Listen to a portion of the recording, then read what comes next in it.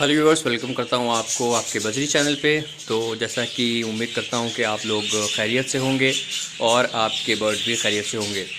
वैसे सर्दी का सीज़न जो बिल्कुल शुरू हो चुका है और अभी तो सर्दी कम पड़ रही है, लेकिन आने वाले वक्त में जैसे कि नवंबर चल रहा है तो नवंबर के लास्ट में 25 नवंबर तक हो सकता है कि सर्दी जो है वो और ज़्यादा पड़ने लगे और टेम्परेचर और ज़्यादा डाउन हो जाए। तो इस सीज़न में बजरी का किस तरह से ख्याल करना चाहिए, कौन सी उनको मेडिसिन देना चाहिए, उनकी डाइट क्या होनी चाहिए, और जिस टाइम उनके चिक्स हैच होकर अंडे से बाहर आ चुके हों उस टाइम उनकी डाइट क्या होनी चाहिए, चलिए इसके बारे में आपको इस वीडियो के अंदर मैं बताने की तफसील से कोशिश करूँगा। तो चलिए पहले तो कॉलोनी के अंदर चलते हैं। तो अब हम कॉलोनी के अंदर आ चुके हैं। बेसिकली इसको एवियरी कहते हैं, लेकिन अक्सर लोग इसको कॉलोनी कहते हैं, इस वजह से मैं अभी कॉलोनी का वर्ड यूज़ करता हूँ। खैर, मैं कॉलोनी के अंदर या एवियरी के अंदर मैं आ चुका हूँ और जैसे सर्दी शुरू हो गई है, मैंने आपसे कहा था तो कोशिश करें कि अपने बर्ड्स को आप लोग सर्दी से बचाएं। और मैंने उसके लिए जो सबसे तरीका मैं यूज़ करता हूँ वो ये प्लास्टिक का कर्टेन है जो मैंने इस पर डाल रखा है। अभी मैं आपको बाहर चल के दिखाऊँगा, हो सकता है आपको यहाँ से दिख रहा हो। ये प्लास्टिक का कर्टेन है जो मैंने इस पर इनको सर्दी से प्रोटेक्ट करने के लिए मैंने डाल रखा है। लेकिन अभी मैंने इतना स्पेस खुला छोड़ दिया है और क्योंकि यहाँ से भी इतनी ज़्यादा सर्दी नहीं आई है तो वेंटिलेशन के लिए भी कुछ होना चाहिए, तो मैंने ये एरिया भी छोड़ दिया। जब सर्दी ज़्यादा पड़ेगी तो फिर मैं इस एरिया को भी कवर कर दूँगा इसी पन्नी से। अब हम लोग बात कर लेते हैं कि इस सीज़न में इनको क्या डाइट देनी चाहिए और इनकी अगर कोई बीमारी है तो उसमें इनको क्या देना चाहिए। अगर आपके पास कोई बजरी है और वो फूल के बैठा हुआ है और एकदम सुस्त, एकदम वीक बैठा हुआ है, सुस्त बैठा हुआ है एकदम, और आप उसकी देखें उसकी वेंट जो दुम के पीछे का हिस्सा होता है, अगर वो बहुत ज़्यादा वेट है, गंदा है, इसका मतलब उसको लूज मोशंस आ रहे हैं। या कभी कभी ऐसा होता है कि अक्सर वो फूल के बजरी बैठ जाता है एक जगह पे और तेज तेज सांस लेता है, तो इसमें परेशान होने की बात नहीं है, लेकिन परेशान होने की बात तब आएगी जब आप उसका अच्छे से ट्रीटमेंट नहीं करेंगे। तो इसके लिए आपको सबसे बेहतर करना क्या चाहिए कि मैं उसके लिए जो मेडिसिन यूज़ करता हूँ उसका नाम है मेरी क्वीन, और ये एंड्रोफ्लॉक्सिसिन सॉल्ट के ऊपर बेस्ड होती है। अगर आप जाएंगे तो आपको मिल जाएगी।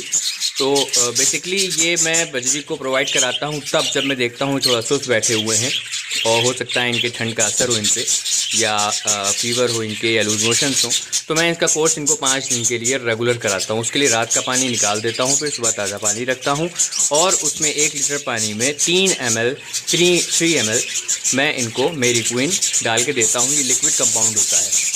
तो मैं ये कोर्स इनको 5 दिन तक लगातार कराता हूँ। जितने दिन मैं इनको कराता हूँ ये कोर्स, तो उस बीच मैं इनको किसी तरह का सॉफ्ट फूड प्रोवाइड नहीं करता हूँ। ना इनको कोई ग्रीन वेजिटेबल देता हूँ, ना लीव्स देता हूँ, ना इनको एग देता हूँ, कुछ नहीं देता हूँ। पहले मेडिसिन का कोर्स कंप्लीट हो जाता है, उसके बाद फिर मैं इनको सॉफ्ट फूड देना शुरू करता हूँ। तो सर्दी के आने पे सबसे बड़ी प्रॉब्लम यही होती है कि बजरी अक्सर फूल के बैठ जाते हैं और वो बीमार होने लगते हैं। जैसे आप देखें मेरे बजरी बिल्कुल एकदम फिट फाट हैं, क्योंकि मैं इनको कोर्स करा चुका हूँ मेरी क्वीन का।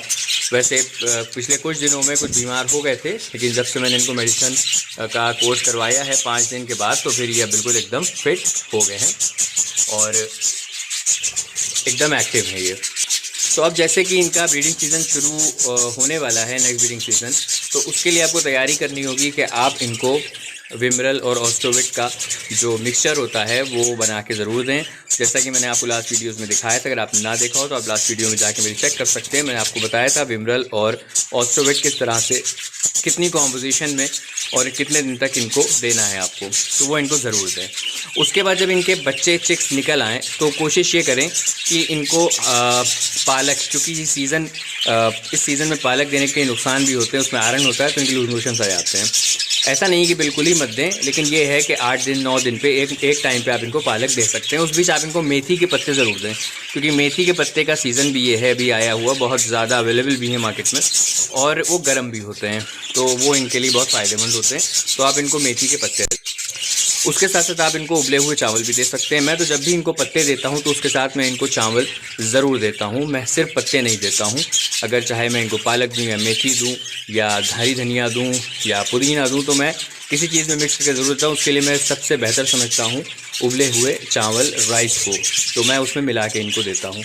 उससे ये लोग बिल्कुल एक्टिव रहते हैं और इनके बच्चों को भी वो नुकसान नहीं करता है।